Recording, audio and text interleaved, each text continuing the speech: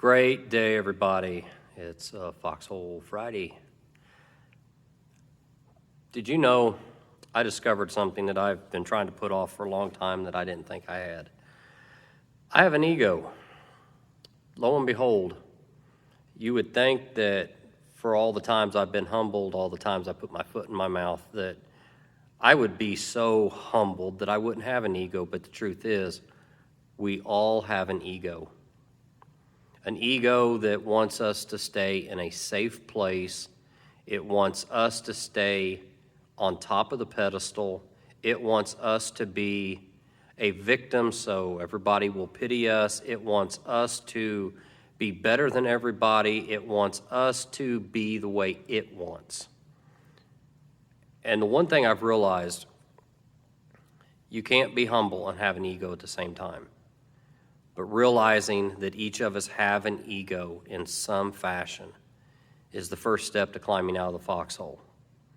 And I can tell you in what I do, it's too easy, and I didn't realize it. Being able to walk away from a 9 to 5, starting my own business, being able to travel the country speaking, be able to have an impact, doing life on my terms. And in everything that I came from, everything, all the challenges that I've battled and am victorious over, it went to my head. Over the last few years, it has slowly gone into my head. It's gone into my ego. And my ego was the one that would tell me to run when it thought it was time to run. It was the one that told me that you need to hold a grudge against this person. You need to be upset with this person. You need to quit talking to this person without even asking what the other side of the story may be. My ego has kept me from becoming a better speaker than I am today because it wants me to live in the past, in the stories, and then just every once in a while go out and say some motivational engagements, say about how I've been through this or been through that. But it doesn't really want me to improve. Listen, your ego is actually what's keeping you down. The truth is, your character, your heart, what is inside of you and your subconscious, it knows who you are. It knows what you're capable of.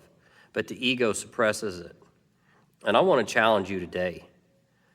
Whatever you look in the mirror and you think, poor me, or, oh my gosh, you won't believe what I went through, or, oh, I've got one better, it's time to start putting that in check. And I don't mean beat yourself up, and I don't mean make a big deal out of it.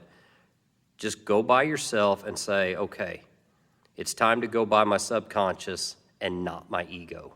That is part of climbing out of the foxhole. So I want to encourage you today, leave the ego in check. Because in terms, ego, E-G-O, means edging God out. When we're edging God out, we're trying to do it all ourselves. The ego wants to do it itself. Climbing out of the foxhole is one way to defeat the ego and live a peaceful and abundant life.